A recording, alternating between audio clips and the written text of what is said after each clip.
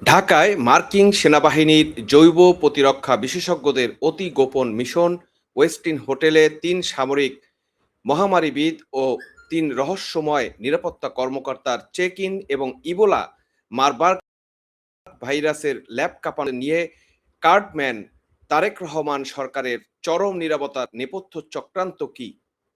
বাংলাদেশের ১৬ কোটি মানুষের জাতীয় নিরাপত্তা আজ কোন চরম ও ভয়াবহ হুমকির মুখে দাঁড়িয়ে আছে তা যদি আপনি এখনই না বোঝেন, তবে শিগগিরই হয়তো আমাদের এক মহাবিপর্যয়ের মুখোমুখি হতে হবে।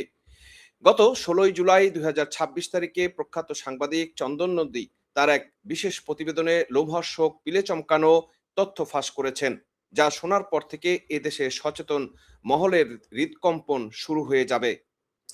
আমেরিকার তৈরি করা এই পুতুল সরকার তারেক রহমান সরকার যখন এই দেশে ক্ষমতায় বসে আছে, ঠিক তখনই মার্কিন দূতাবাসের প্রত্যক্ষ তত্ত্বাবধানে আমেরিকার অত্যন্ত বিপজ্জনক জন মহামারী বিশেষজ্ঞ, মানে এপিডেমোলজিস্ট, যার মধ্যে একজন মার্কিন সেনাবাহিনীর সক্রিয় লেফটেন্যান্ট কর্নেল এবং বায়োডিফেন্স বা জৈব প্রতিরক্ষা বিশেষজ্ঞ, সম্পূর্ণ গোপনে এবং অলক্ষ্যে ঢাকায় এসে পৌঁছেছেন। এরা কি এখানে কোনো সাধারণ ডাক্তার বা গবেষক হিসেবে এসেছেন? মোটেই না।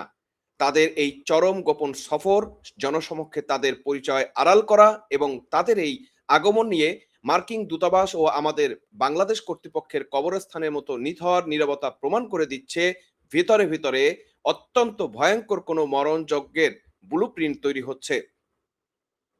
সুপ্রিয় দর্শক, আজকের এই ভিডিওতে আমরা তুলে ধরার চেষ্টা করব কে এই লেফটেন্যান্ট কর্নেল ভ্যানেসা মেলানস এবং কেন ইভেলা আর মার্বার্গ ভাইরাসের মতো ভয়ঙ্কর মারণাস্ত্র তৈরি ও প্রতিরোধের ল্যাবরেটরিতে কাজ করা একজন সামরিক কমান্ডার এখন ঢাকার ওয়েস্টিন হোটেলে বসে দিন গুনছেন। আর তাদের সাথে আসা বাকি রহস্যময় চরিত্রগুলোই বা কারা? পুরো ভিডিওটি শেষ পর্যন্ত দেখুন। আজ আমরা তুলে ধরার চেষ্টা করব যে আমাদের অস্তিত্ব এবং সার্বভৌমত্ব রক্ষায় আমাদের কি কি করা উচিত বা আমাদের সার্বভৌমত্ব এখন কোন অবস্থায় রয়েছে। আসুন এবার আমরা সরকারি নথিপত্র এবং চন্দন নন্দী সাহেবের সংগৃহীত তথ্যের ভিত্তিতে দিনক্ষণগুলো একটু মিলিয়ে নেই। নর্থ ইস্ট নিউজ এর হাতে আসা অকথ্য সরকারি তথ্য অনুযায়ী গত ১১ই জুলাই ২০২৬ বিকেলবেলা আমেরিকার দুই কুখ্যাত বিশেষজ্ঞ অ্যাডাম ক্রলি এবং ভ্যানেসা মেলানসন চুপচাপ ঢাকায় গুলশানের লাক্সারি হোটেল দ্য ওয়েস্টিনে এসে চেক ইন করেন। সেখানে তাদের সাথে সম্পূর্ণ আলাদা দুটি রুমের ব্যবস্থা করা হয়েছে। যথাক্রমে ১৭-১৮ জুলাই পর্যন্ত তারা বাংলাদেশে থাকবেন। এর ঠিক একদিন পর অর্থাৎ ১২ই জুলাই একই হোটেলের দরজায় এসে হাজির হন আরেক মার্কিন গ্লোবাল হেলথ লিডার স্টেফেনি ফাজেকাস স্যালিয়ার। তার অবস্থান সময়কাল বেশ দীর্ঘ। তিনি আগামী ২৬শে জুলাই পর্যন্ত ঢাকায় আস্তানা গেড়ে বসে থাকবেন। রহস্য কি এখানেই শেষ? মোটেই নয়। অত্যন্ত নির্ভরযোগ্য কিন্তু অসমর্থিত গোয়েন্দা সূত্রে জানা গেছে এই ৩ জন মার্কিন মহামারী বিশেষজ্ঞ ছাড়াও আরও ৩ জন মার্কিন কর্মকর্তা গত কয়েকদিনে একই ওয়েস্টিন হোটেলে এসে উঠেছেন। তাদের ব্যাকগ্রাউন্ড বা গৃহ পূর্ব পরিচয় হলো সম্পূর্ণ নিরাপত্তা বা সিকিউরিটি সংক্রান্ত। তার মানে দেখছেন, আপনারা কি বুঝতে পারছেন? একদিকে ভাইরোলজিস্ট আর মহামারী বিশেষজ্ঞ, আর অন্যদিকে তাদের পাহারা দিতে এবং গোপন ডিল ফাইনাল করতে মার্কিন গোয়েন্দা এবং নিরাপত্তা কর্মকর্তারা এসে হোটেল দখল করে বসে আছেন। কিন্তু সবচেয়ে বড় তামাশা আর অপরাধের বিষয় হলো বাংলাদেশের এই কর্মকর্তাদের পয়েন্ট অফ কন্টাক্ট বা যোগাযোগের মাধ্যম কারা? তারা গোপনে কার সাথে বৈঠক করছেন সেই সম্পর্কে দেশের কোনো নাগরিক বা গণমাধ্যমের কাছে বিন্দুমাত্র তথ্য নেই। ঢাকাস্থ মার্কিন দূতাবাস বা এই মেরুদণ্ডহীন বাংলাদেশ কর্তৃপক্ষ কোনো পক্ষই আজ পর্যন্ত একটি টু শব্দও করেনি। এদেশের মানুষের করের টাকায় চলা সরকার কি তাহলে এখন আমেরিকার গোপন ল্যাবরেটরিতে গিনিপিগ বানাতে যাচ্ছে আমাদের দেশের জনগণকে? বন্ধুরা, এই প্রতিনিধি দলের একজন সদস্যের বায়োডাটা বা পেশাগত পরিচয় শোনার পর আপনার গা শিউরে উঠতে পারে। তিনি হলেন মার্কিন সেনাবাহিনীর মেডিকেল সার্ভিস করে লেফটেন্যান্ট কর্নেল ভ্যানেসা মেনানলস। মেনানলস কোনো সাধারণ ডাক্তার নন।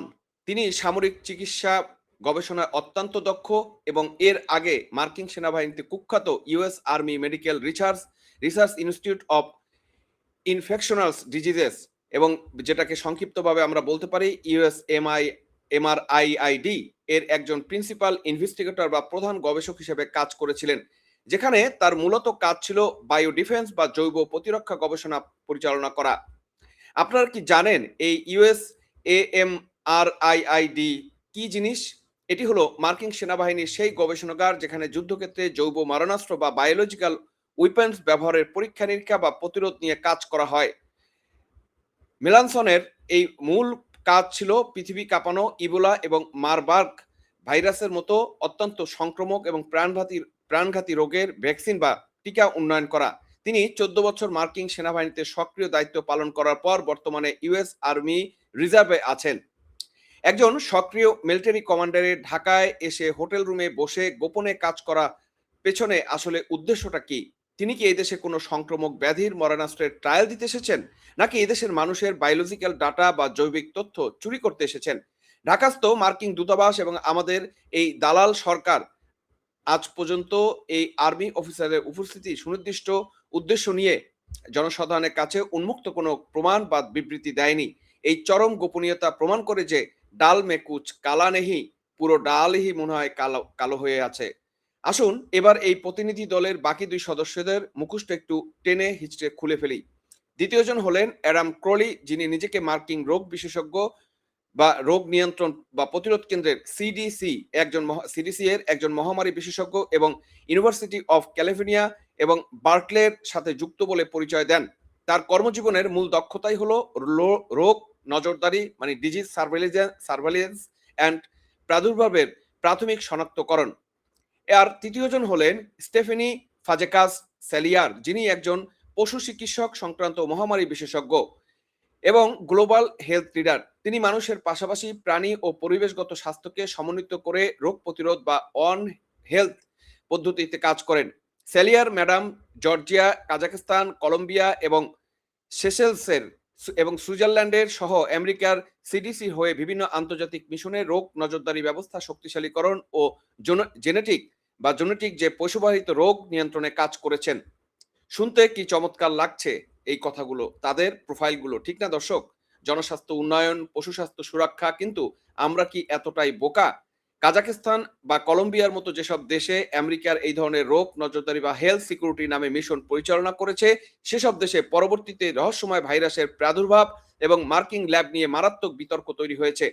কোনো মন্ত্রী পরিষদের বৈঠক নেই, কোনো অফিসিয়াল প্রোটোকল নেই, অথচ ওয়েস্টিন হোটেলে বসে ক্রলি আর সেলিয়ারের মতো হাই প্রোফাইল সিডিসি কর্মকর্তারা চুপিসারে কার সাথে পরামর্শ করছেন বা সলা পরামর্শ করছেন? কেন এদেশে সার্বভৌমত্ব বা সার্বভৌম স্বাস্থ্যের ব্যবস্থার উপর গোপনে মার্কিন নজরদারি বসানোর লাইসেন্স দেওয়া হয়েছে? বন্ধুরা, বর্তমান ভূ রাজনৈতিক প্রেক্ষাপটে যদি আমরা লক্ষ্য করি, তবে দেখতে পাবো বাংলাদেশ ইন্দো প্যাসিফিক অঞ্চলে নিজেদের একটি প্রধান ঘুঁটি বানানোর জন্য মার্কিন যুক্তরাষ্ট্র দিনরাত উঠে পড়ে লেগেছে।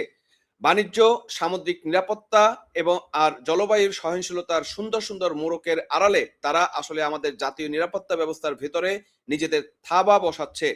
কিন্তু মার্কিন সেনাবাহিনীর একজন বায়োডিফেন্স গবেষককে এদেশের মাটিতে এভাবে গোপনে ঘুরতে দেওয়া আর এর পিছনে সরকারের এই দাসসুলভ নীরবতা এদেশের 18 কোটি মানুষের পিঠে এক চরম ছুরি মারা সামিল মনে হচ্ছে। আমরা বাংলাদেশের মাটিতে মার্কিন সেনাবাহিনীর বায়োডিফেন্স বিশেষজ্ঞের এই নজিরবিহীন গোপন তৎপরতা, জাতীয় নিরাপত্তা ও সার্বভৌমত্ব বিকিয়ে দেওয়ার চক্রান্ত এবং এই পুতুল তারেক রহমান সরকারের চরম দাসত্বের তীব্রতম ধিক্কার এবং কড়া প্রতিবাদ জানাই। দর্শক, আপনারা দেখছেন নর্থ ইস্ট নিজে কিন্তু এটাকে হেডিং করে বলেছে এবং সেখানে আপনারা দেখছেন why are 3 American epidemiologist ion from US Army on a quiet visit to Bangladesh, মানে নীরবে তারা বাংলাদেশে কেন ভিজিট করতে আসলো সেই প্রশ্নটা তারা এখানে করেছে। Undisclosed visit of American biodefence experts fuels questions over missions transparency and official silence in Bangladesh, মানে এখানে অফিসারদের বা আমাদের যে অফিসিয়াল কর্মকর্তা রয়েছে তাদের কিন্তু নিরাপত্তা আমরা লক্ষ্য করছি, সেই নিরাপত্তাটা কেন তারা পালন করছে সেই বিষয়টাই কিন্তু এখানে প্রশ্ন করার চেষ্টা করেছে। 3 US epidemiologists including one who was recently with US Army quietly arrived in Dhaka, মানে নীরবে ঢাকায় আসলো over the past few days under the supervision of American embassy. দেখেন আমেরিকান এম্বাসি সুপারভিশনে কিন্তু তারা এসেছে। দর্শক, এই আমেরিকান এপিডেমোলজিস্টের বাংলাদেশে আসা এটা কিন্তু কোনো ফালতু ঘটনা নয়। এটা কিন্তু কোনো মানে ফেলে দেওয়ার ব্যাপার না। এখানে বাংলাদেশ নিয়ে আসলে কি ধরনের নাটক চলছে, কি ধরনের ঘটনা চলছে সেগুলো কিন্তু আমাদেরকে আরো খোঁজ করতে হবে, আমাদেরকে ঘুরে দেখতে হবে, আমাদেরকে মানে সজাগ থাকতে হবে যে বাংলাদেশ নিয়ে বা বাংলাদেশের জনগণের উপরে কোন ধরনের পরীক্ষা-নিরীক্ষা বা কোন ধরনের আমাদেরকে গিনিপিগ বানানো হচ্ছে কিনা সেই বিষয়টা কিন্তু আমাদের চরমভাবে, কারণ এভাবে নীরবে নিভৃতে এবং কোন ধরনের ডাটা ছাড়া, কোন ধরনের আওয়াজ ছাড়া, কোন ধরনের নিউজ ছাড়া বা ব্রিফিং ছাড়া একটা দল এভাবে কিন্তু আসতে পারে না। অবিলম্বে ঢাকাস্থ মার্কিন দূতাবাস এবং এই সরকারকে জবাবদিহি করতে হবে যে এই মার্কিন অফিসারদের এদেশে আসার আসল অ্যাসাইনমেন্টটা কি? দর্শক, আপনারা কি মনে করছেন? মার্কিন মিলিটারির এই গোপন বায়ো ডিফেন্স ঢাকা মিশন কি আমাদের নিরাপত্তার জন্য এক মারাত্মক মরণ ফাঁদ নয়? আর এই বিষয়ে সরকারের নিরাপত্তা কি রাষ্ট্রদ্রোহিতা নয়? আপনার কড়া এবং সাহসী মতামত আমাদের কমেন্ট বক্সে জানাবেন। ভিডিওটি লাইক এবং শেয়ার করে মার্কিন মিলিটারি গোপন চক্রান্তের খবর দেশের প্রতিটি মানুষের কাছে পৌঁছে দিন। চ্যানেলটি সাবস্ক্রাইব করতে একদম ভুলবেন না। আমরা চেষ্টা করি আপনাদের সামনে সত্য এবং তাজা খবরগুলো নিয়ে আসতে।